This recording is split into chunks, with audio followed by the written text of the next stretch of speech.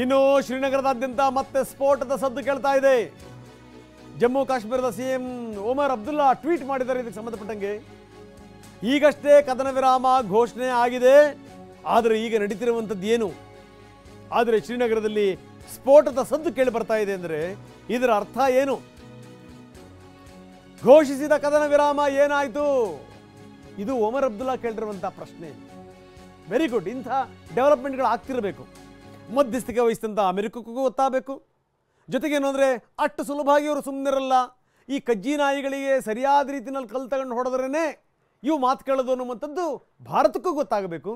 ಜೊತೆಗೇನು ಅಂದರೆ ಈಗಲೇ ಪಾಪರಾಗಿರುವಂಥ ಪಾಕಿಸ್ತಾನ ಇನ್ನಷ್ಟು ಭಿಕಾರಿ ಆಗಬೇಕು ಅಂಥ ಸ್ಥಿತಿಗತಿಗಳು ಕಾಣ್ತಾ ಇದೆ. ಯಾಕಂದರೆ ಪ್ರಧಾನಿ ತುಂಬ ಸ್ಪಷ್ಟ ಶಬ್ದಗಳಲ್ಲಿ ಹೇಳಿದ್ದಾರೆ, ನೀವೇನಾದರೂ ಮತ್ತೆ ಕೆದಕಿದರೆ, ಮತ್ತೆ ಬಾಲ ಬಿಚ್ಚಿದರೆ ಮತ್ತೆ ಶುರುವಾಗುತ್ತೆ ಯುದ್ಧ ಅನ್ನುವಂಥ ಸಂದೇಶ ರವಾನೆ ಆಗಿದೆ ಭಾರತದಿಂದ. ಬಹುಶಃ ಏನು ಅಂತಂದರೆ ಇವತ್ತು ರಾತ್ರಿ ಮತ್ತೊಂದಿಷ್ಟು ಜಾಗಗಳನ್ನು ಹುಡುಕಿ ಹೊಡೆದರೂ ಕೂಡ ಅಚ್ಚರಿ ಇಲ್ಲ.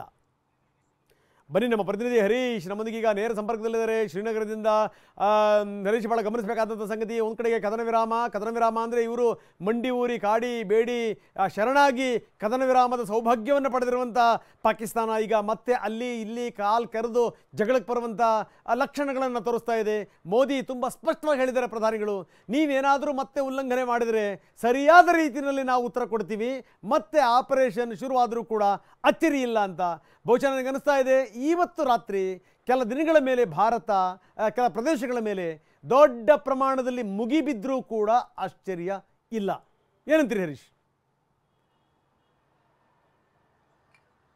ಹೌದು ರಂಗನಾಥ್, ಕದನ ವಿರಾಮ ಘೋಷಣೆ ಆದ ಕೆಲವೇ ಗಂಟೆಗಳಲ್ಲಿ ಪಾಕಿಸ್ತಾನ ಮತ್ತೆ ತನ್ನ ಕುತಂತ್ರ ಬುದ್ಧಿಯನ್ನು ತೋರಿಸಿರುವಂತಹದ್ದು. ಈ ಥರದ ಒಂದು ಒಪ್ಪಂದಕ್ಕೆ ಪಾಕಿಸ್ತಾನವೇ ಭಾರತದ ಮುಂದೆ ಮಂಡಿ ಊರಿತ್ತು.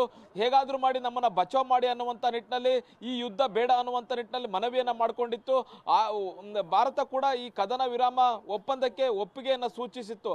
ಆದರೆ ಈಗ ಪಾಕಿಸ್ತಾನ ನಿರಂತರವಾದಂತಹ ಕದನ ವಿರಾಮವನ್ನು ಉಲ್ಲಂಘನೆ ಮಾಡ್ತಾ ಇದೆ. ರಜೌರಿ, ಪೂಂಚ್ ಜೊತೆಗೆ ರಾಜಸ್ಥಾನದ ಕೆಲವು ಪ್ರದೇಶಗಳಲ್ಲಿ ಕೂಡ ಡ್ರೋನ್ ಹಾರಾಟ ಆಗಿದೆ.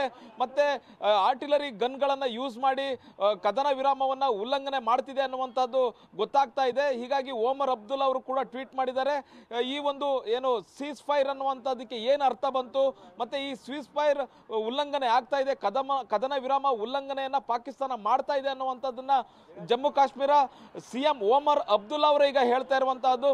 ಮುಖ್ಯವಾಗಿ ಈಗ ಪಾಕಿಸ್ತಾನ ಕೆಲವೇ ಗಂಟೆಗಳಲ್ಲಿ, ಅಂದ್ರೆ ಕದನ ವಿರಾಮ ಆದಂತಹ ಕೆಲವೇ ಗಂಟೆಗಳಲ್ಲಿ ಮತ್ತೆ ತನ್ನ ಕುತಂತ್ರ ಬುದ್ಧಿಯನ್ನು ತೋರಿಸ್ತಾ ಇರುವಂತಹದ್ದು. ಗಡಿಯಾದ್ಯಂತ ಜಮ್ಮುವಿನ ಕೆಲವು ಪ್ರದೇಶಗಳಲ್ಲಿ ಈಗ ಗುಂಡಿನ ದಾಳಿಯ ಸದ್ದು ಕೇಳಿಸ್ತಾ ಇರುವಂತಹದ್ದು. ಮುಖ್ಯವಾಗಿ ಕದನ ವಿರಾಮವನ್ನ ಪಾಕಿಸ್ತಾನ ಉಲ್ಲಂಘನೆಯನ್ನ ಮಾಡ್ತಿದೆ. ತಾನು ಏನು ಮಾತನ್ನ ಕೊಟ್ಟಿತ್ತು ಅದನ್ನ ಉಳಿಸ್ಕೊಳ್ತಿಲ್ಲ ಪಾಕಿಸ್ತಾನ. ಮುಖ್ಯವಾಗಿ ಎರಡು ದೇಶಗಳು ಒಂದು ಒಪ್ಪಂದಕ್ಕೆ ಬಂದಿದ್ದು.